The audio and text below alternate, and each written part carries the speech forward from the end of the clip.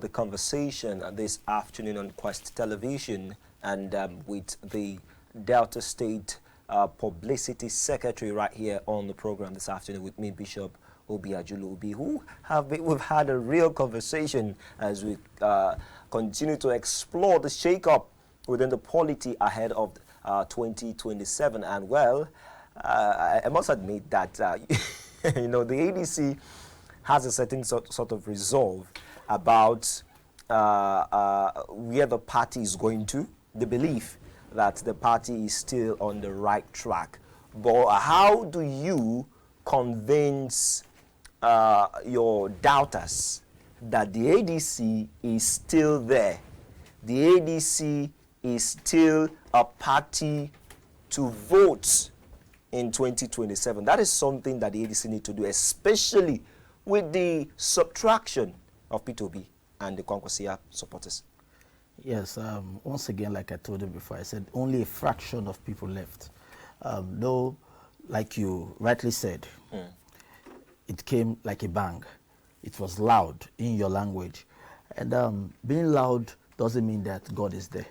The Bible has made that very clear. Oh, yes. You're trying to take it to the religious route. Oh, right yes, now. because I am a bishop, so you don't expect me to go out of my curfews. But that's how Yes. that's how it is mostly done. You know, when it seems that the tide is not favoring you. Yes, but the truth is, the empty containers make the loudest noise. Is Mr. P2B an empty container? You are the one asking a direct question, just to put me on the hook, where Obidents who are violent can go for me. But let me tell you this. What do you mean that Obidents are violent? Yes, they are. Do you feel intimidated by the support? I feel that a lot of people who are in that movement are uncultured. Uncultured in the sense that they are loyal. Loyalty doesn't mean that you are cultured. Like I talked about zombie movement. I talk about people who do not give ears to reasoning. I talk about people who do not think for themselves. I talk about people who say that it is this person or nobody. Are you getting me? Now, what is the notion behind this person or nobody? Greed. Selfishness. Of course, when it comes to the nation, personal interests doesn't count. It is the collective interest of the people that we're looking at. We are looking at a place where people are ready to sacrifice for the collective interest of the nation. We are looking at a situation where people will say, what I am doing now is not just to benefit me, but my family and the other extended families, to benefit the nation, not just my pockets. Look at what is happening. The defection. People will say, P2B said that he doesn't like a place where there is trouble. How can you say that? He said he's a peacemaker. Are you a peacemaker? Let me tell you, in Nigeria and in any part of the world, there is no peace without war. Peace doesn't come through dialogue. But we don't need I'm During coming. the days of Mahatma Gandhi, there was no need to. They did peaceful protests. What do you call peaceful protests? Are you talking about peaceful protests for a people who have reasoning, people who have suffered? Or are you talking about peaceful protests for people who are just talking about a cup of water? No, we're not talking about water in Nigeria. Everybody has been able to get water for himself. So is your party weaker or stronger? At the movement, the defection, we became stronger. Yes. But somebody left your party. Somebody left, yes. And even the National Publicity Secretary, Bolaji Abdullahi, said that, you know, he feels somehow everybody will be left. Let me tell you, everybody's going to feel somehow. So it means that the ADC missed Peter Obi right now. Don't get it all twisted. Okay. We were fine before you came. What took people years to build, and you saw it as a beautiful bride, took you just 4 months to destroy. So Peter Obi is a destroyer. And how? It's very, very clear. What backs up your let me tell claim? you this. I talked about greed. I talked about people who do not have sense of reasoning. Now, these people came into the party, and the first thing, within these 4 months that we're talking about, the first thing they're talking about is they want to become the state chairman. They want to become the LGA chairman of the party. They want to take all the key positions to themselves. Now, look That at was this. what they said. Yes, that was what they said. I am talking as an insider. I am the publicity secretary of ADC Delta State. I know these things. I've seen it. I saw what played out before the Congress. And they were so interested in taking over every position now because they said that is their mandate. That is their order, to take over everything from bottom to top. How can you come to a place where there is a coalition and you expect you and your people to take everything? You want a free ticket, you want to be the chairman, you want to be the secretary, you want to be the treasurer, you want to be the woman leader, you want to be the youth leader, all positions, just you. Now look at it. If people in ADC were that gullible and foolish, because some of them even tried to bribe their way. I was in a conversation. I don't want to mention names on this. I was in a conversation with Delta State chairman where somebody was talking him into becoming a DG and offering him a car and money just to leave that position of the Delta State chairman to an Obidents. Let me tell you this. He rejected it. I looked at him. I was like, wow. So we can have such people still in Nigeria, and I applauded him for that. That is why I'm standing by that chairman. Now, these people, if we were foolish enough to have given them this position, because they went ahead, even with the court order that states that when they had the status quo antebellum, that every status quo should be go back before the problem. And then the appeal court interpreted it to remove the National Working Committee. Now you have a National Working Committee that has been removed by INEC, that happens to be the umpire of every elections in Nigeria.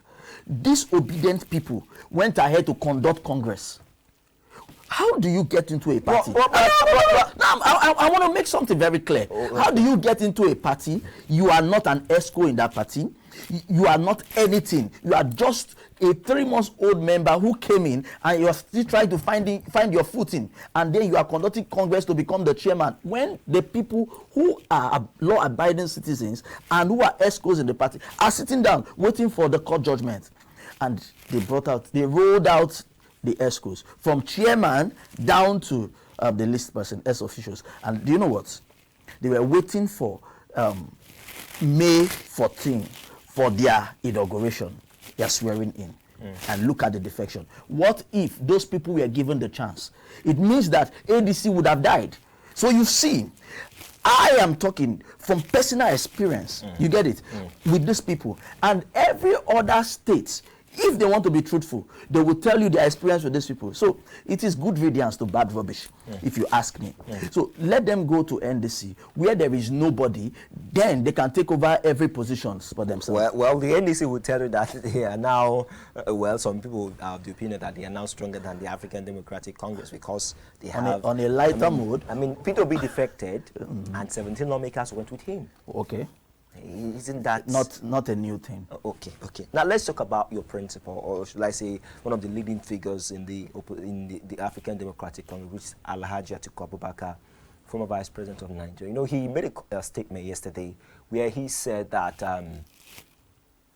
it is. I want to read them word for word. It's a first and the most obvious question is this: how does a southern opposition candidate realistically unseat a sitting southern president?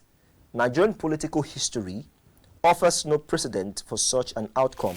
No incumbent president has ever been defeated by an opposition challenger from the same geopolitical bloc. How do you react to this? So we can say he's saying that parties are zoning to the south. They shouldn't zone to the south. It's a political miscalculation that the best option for for all the opposition parties in Nigeria against the incumbent president is to zone to the north, not to the south, because a southerner cannot unseat another southerner. Do you agree with him on that? You see, there are lots of political permutations and analysts that come with their own ideologies of what they feel is possible. If you really critically look at this, he has a point. I will tell you this. Having a candidate from the south as a sitting president, and then someone from the south also doing the same, contesting for the same position, it means that the south will be divided. And then when you have a collective force in the north, let me tell you, Nigeria that has the south and the north, how big is the south? Look at that. On the geopolitical zones, how big is southeast? Southeast is just one small fragment. They didn't even add the parts that are supposed to be southeast. You get it? They didn't add them. Places like Cross River and so on and so forth are supposed to be part of this, but they put them in south-south at the end of the day.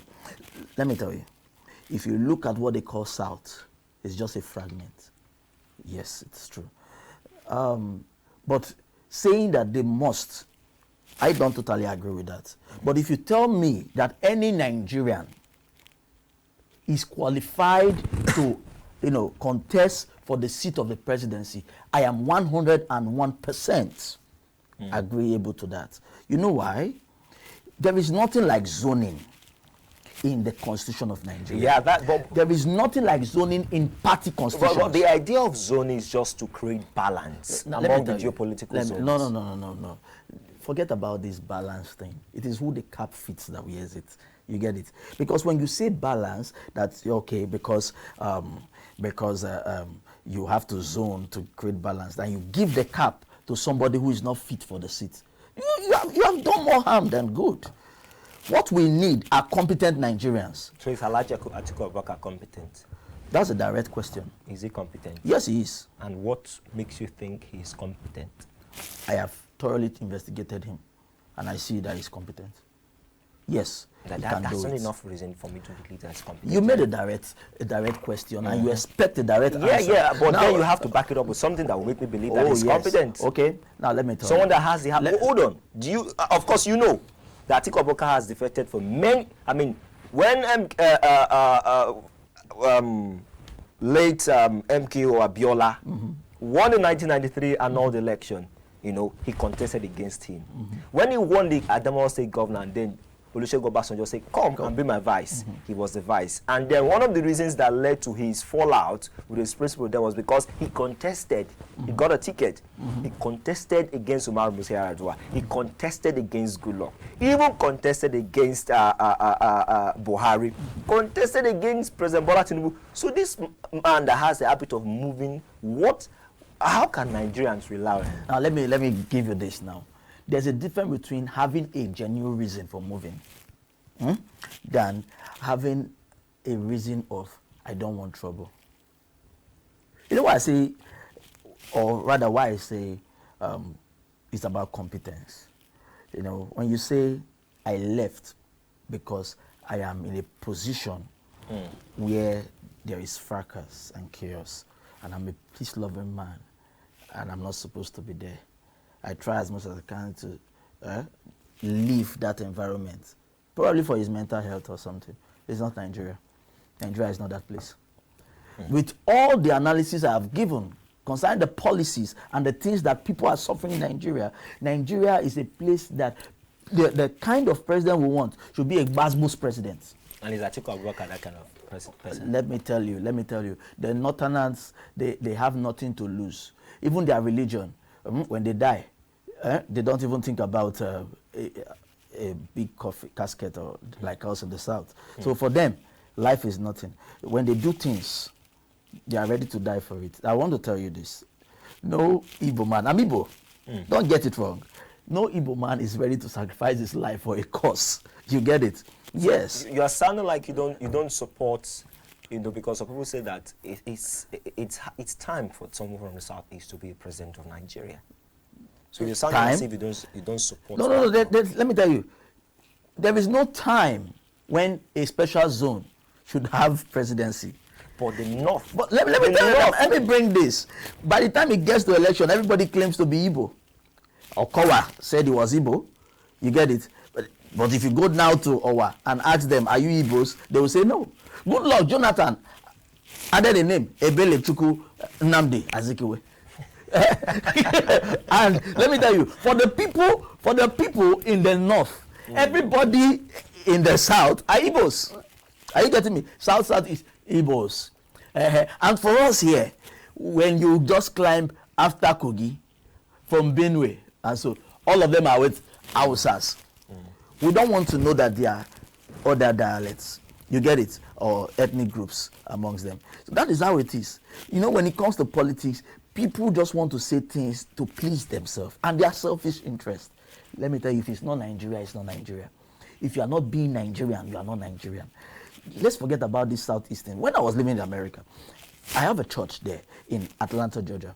I happened to be counseling a family, and I asked the child, "Where are you from?" He said, "Oh, I'm from Florida." So I had that registered in my heart that the family is from Florida. And then I met the father, and we were talking. I said, "Wow, so you must love your place, Florida." He said, "No, I'm not from Florida. I am from New York." I was like, "Okay, you're from New York, okay. Probably the wife is from Florida." And then I asked the wife directly, "Where are you from?" She said she's from California. Now their child is a Floridian. The mother, Californian, and the father, New Yorker. You know why? They have grown beyond saying, "This is my place." Where you are born happens to be your place to them. You get it? Yeah. So they can have 3 children, and the 3 children now comes from different places. I was born in Lagos. So by that standard, it means that I should be able to contest for any position in Lagos State as a Lagosian by birth. I grew up in Delta. Are you getting? My mom is from Delta State. I married from here. I have naturalized here in Delta. It means that I am, by the Constitution, I am a Deltan. You get it? Also, I can contest for any position here. Also, my dad is from Anambra State. You get it? Okay, paternally, you can say I can contest from Anambra State because my dad is from there. Now you see it, I'm becoming Nigerian. Anywhere I am, anywhere I go to. In Asaba here, we've seen Hausas or the Northerners becoming councillors because they have gone beyond that thinking of saying this place belongs to these certain people. No. People should stop doing that. See yourself as Nigerians. That is why all these killings are happening. And that's why the South Africans that we help before now are seeing us as rubbish. And you know, people who are supposed to be giant of Africa are now called ants by people who are ants. I must tell you this. Until the mindset is changed or renewed, that people begin to see themselves as Nigerians and not Igbos. They begin to see themselves as Nigerians and not Hausas, Yorubas, or whatever. This country will not get better. Well, that's part of the complexities of Nigeria, you know. And the Dr. Alex Ekweme of this world will tell you that the reason why they had that meeting in 1994, 1995 is just to, you know, understand the complexities that comes with Nigeria, knowing that we are a multi-lingual nation, a multi-ethnic nation, and we have to put all of this into consideration, you know. Well, that's a serious conversation. So if you want to put it, that means you don't work. If you want to put that into consideration, you are working outside the ambit of major tribes there. Well, because if you talk about Nigeria, yes, if you talk about Nigeria, you are only seeing Hausa, Igbo, Yoruba. Yes. Nobody's talking about the Izon. Nobody's talking about Ijo. Because I'm talking about, these are 2. Nobody's talking about the Sekiri. But that's why it's in the south. So you see where I'm coming from. You see where I'm coming from now. You talk about south, southwest, southeast, and then the southeast majorly speaks a language, the Igbo dialect. And then you say, okay, it is their turn. No, there is no turn for anybody. Okay. All right. On a final note, who is that candidate that is the ADC is pushing for? Right now, because you have not zoned yet. Yes, right now, we are Pan-African and Pan-Nigerian. What do you mean? Yes, we are a Nigerian party. And everybody, whether from the east, the west, nor the south part of Nigeria, are free to contest. And we're going to have a primary. But then you have to bring in somebody. No. We have Amechi on, who has gotten his nomination form. Can Amechi get the nomination? Can he fly the flag ahead of Atiku? If he wins the primaries, why won't he fly? You get it? They are going for primaries. That is why they are buying the nomination form. Yes, if I buy the nomination form, then I don't want consensus. Yes, there is no need for me to buy this cup. But that's the reason why we left your party. Because it's because of article. Now you see. Now let me say this. Let me say this. In a challenging country where we have different ethnic groups, like you said, and different languages, with people with different kind of interests, do you expect that you would not live by the principle of survival of the fittest? You can't stay in the jungle without thinking about snakes, thinking about other animals. But you as human, there is something in you that makes you different. That is why humans are the most dangerous animals on earth. They can kill anything. So if truly your ambition is worth it, and the Nigerian masses is worth it, why not floor somebody on the primaries so that people will say you are competent? Because I'm making a reference with what you said. Yes, because you said he left because of. You get it? Though he did not mention that. Yes, obviously that is the mind of the people who see, or read people without their lips or their voices. When the minds of people generally, because truly the minds of men are minds of God also, because there are gods in them, they are not far from the truth. A man who has constantly run away from primaries, if you are running away from the little challenge brought before your table by your political party, how do you face the challenge of the mass Nigeria? All right.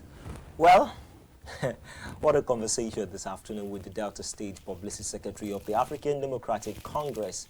And one thing is sure, the month of May is when we will know who will be representing these parties ahead of the 2027 election. And maybe some miracle could happen. I forgot to even ask, some people are calling for Goodluck Jonathan to throw his hat in the ring. Maybe that could, cause some upset. But whether you like it or not, it is going to be an interesting 2027 general elections. Will it be the people that will decide, or these political heavyweights will decide their fate in 2027? We'll bring all of that to you right here on Quest Television. But for this afternoon, let's draw the curtain and say bye for now. Thank you very much, Bishop Obiajulu, the ADC Public Secretary of the of Delta State. Thank you for speaking with us this afternoon.